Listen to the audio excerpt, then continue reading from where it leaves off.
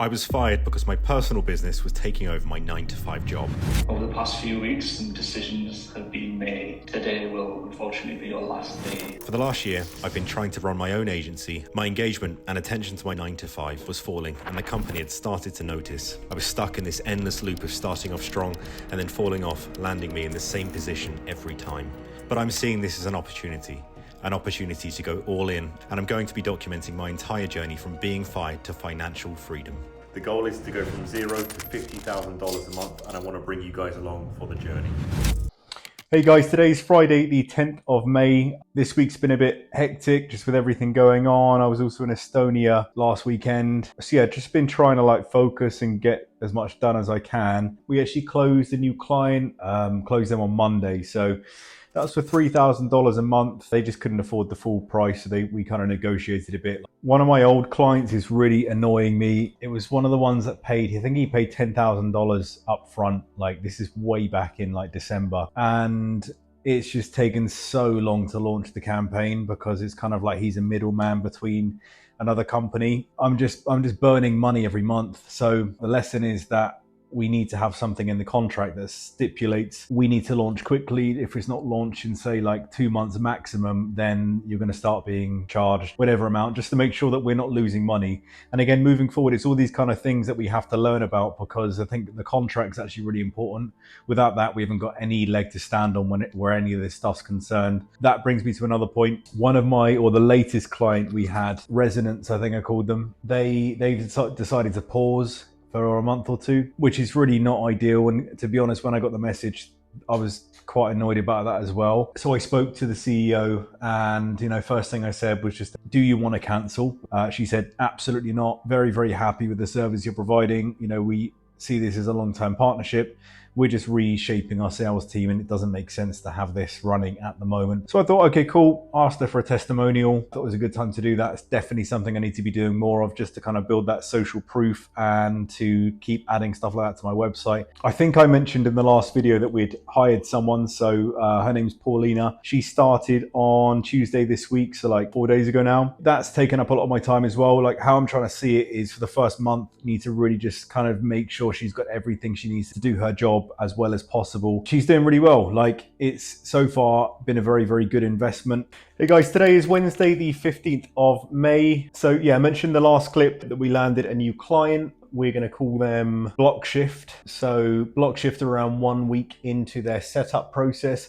Still waiting on email accounts to be set up. Half of them have been set up now, so we're waiting for the other half to be done. I'm hoping that's going to be done this week, because that's our block to get the campaigns up and ready. But still have everything else to do, the campaign creation. We've done all the onboarding stuff, so I've got all the information I need. Next step is to just go and create the campaigns. I had a meeting with Telecom Masters yesterday and just kind of discussed everything, leveled our understanding. So now we have a good understanding of what we need to do to get the campaigns launched. So hopefully we get that done in the next couple of weeks. I think the next couple of weeks really are just trying to catch up with kind of a backlog, really. To be honest, the past few weeks with everything going on, my productivity has been pretty poor, but you can only do what you can do. So just trying to rebuild those client relations, get back on track, get productivity up again, and just keep focused. So yeah, that's the goal. Got lots of potential meetings this week, or meetings with potential clients. And yeah, going to keep going with that, making sure my pipeline stays active. One final thing to mention is that I've been reading this book recently. I think this is going to be reversed, but it says Psycho-Cybernetics by Maxwell Maltz. That's a very, very interesting book. So for the last 10 years, I've exclusively read sort of self-help style, mindset books, everything like that. And I'd never heard of this book, but apparently it is the number one. If you're going to read any of them, read that one. And the idea is that we have a limit on our mind from previous experiences, whatever it may be. So through school, we may have been made to feel like we're stupid, but actually now we start to believe that sets a limitation on our capability, because we believe we're stupid, we believe we can't do these subjects, and then subconsciously we're attracting that behavior into our lives. And the idea of this book is to remap your internal self-image to allow your area of potential to expand. Just hearing about people's experiences with it, it seems like a huge game changer for just lifestyle, business, everything. But yeah, reading that book at the moment. I will keep you updated on my progress with that. Hey guys, today is Monday the 20th of May. First of all, let's go over what we have to do this week. So we have 2 campaigns launching this week. So Telecom Masters, hopefully. And then we also have one for our new client, Blockshift. We obviously also onboarded our first team member, Paulina. The first week was just kind of upskilling her, spending a lot of time with her, teaching her everything she needs to know, and she's doing really, really well. But the good thing is that the fact that I've paid a bit more money, she's able to do more stuff. So I can start training her in copywriting. I can start training her in, anything I need her to do, I should be able to train her in. In time, that's going to become really beneficial. I think it's quite hard in terms of like tracking like time and stuff. I'm always a bit like, I feel a bit apprehensive, like, oh, is she doing enough? Is she, there's that sort of like control element of making sure that she's doing everything that she needs to be doing. So we've actually got a project management system that I built that is all part of my lead generation automation. So I can assign tasks, she can enter how much time it took her, everything like that. That's been really good, definitely getting used to using that. And I think that's going to be really beneficial kind of moving forward just from an organization standpoint. Trying to get into those good habits now while we only have myself and her. And then as we start to scale the company, it's going to be a lot easier. Another side point is that I'm also getting really sick of working from home. I used to work in like a co-working space, and I basically swapped my office for my car payment that I got a couple of months ago. I know that working from home is not really good for me. It's not good for my mental state. I thrive being around people, talking to people, stuff like that. Obviously, there are sort of financial constraints there, but the next client I get, that's definitely going to be my next sort of like business investment, is to get an office space again. So we've also got two sales calls this week. They're both with very cool looking companies. They both have a lot of funding, a lot of money to spend this kind of stuff. But here's an interesting thing is that a few episodes ago, I mentioned that I started doing like sample campaigns. Every single time I've done that, we've closed the deal. And I need to listen to that because the data is telling me that that 2-hour investment is dramatically increasing my closing rate. Definitely, I think that's something I need to start doing and try to be more organized with. My latest client campaign, that was with the fractional sales leader. They can be called Tumble. So Tumble's campaign, booked them 2 meetings in the first week, which is really, really good. The previous company they were working with, they hadn't booked them any meetings in 4 months. So comparing the two, like, it's dramatically more successful. Hey guys, today is Friday, the 24th of May. Made a lot of progress today. Actually, like, big game changer. I mentioned in the last section that I need to start getting out the flat. Went down to a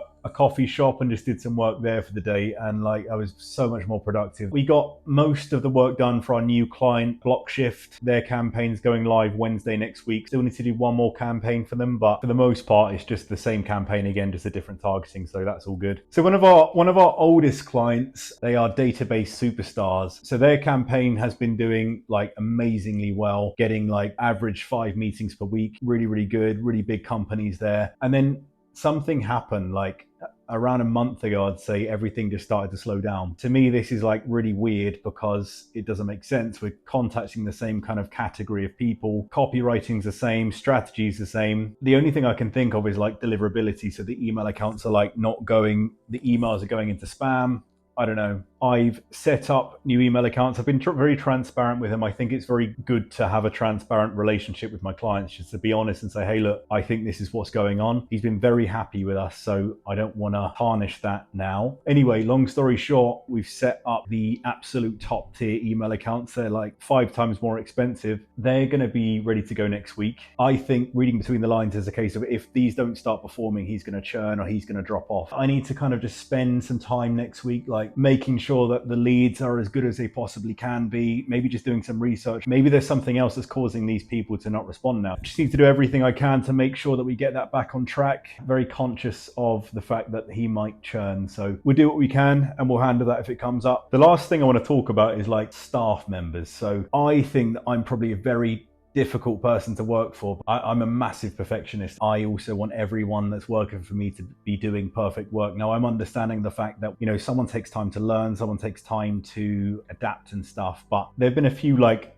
kind of red flags. I asked my staff member to put a LinkedIn post together, and it was very clearly, I'd say I'm 99% confident that it was AI. I mean, I use AI every single day, multiple hours a day. So like, I know what AI looks like. I had to decide how to like handle that situation. I'm not going to go and say, hey, good job, looks great. My responsibility is to make sure that they understand if they're not doing good work, what's wrong with it and how they can improve that. I didn't want to straight out say, hey, this is AI, because it might not be. And also that's damaging internal relations with my team. So I just said, to be honest with you, this looks very AI. I would reword it, and it's not quite what I had in mind. The difficulty is, and this is what I explained to her, is that she obviously isn't an expert yet. You need to have the knowledge to do that. So I've given her some feedback and basically said, hey, look, here's some resources of really good information. Let's compile that into a post. But I don't know. We'll see. We see how it goes. It's all a learning curve. You know, it's my first time hiring someone, first time like managing someone, at least in like a business, my own business. But yeah, I'm going to leave this video here. So again, if you did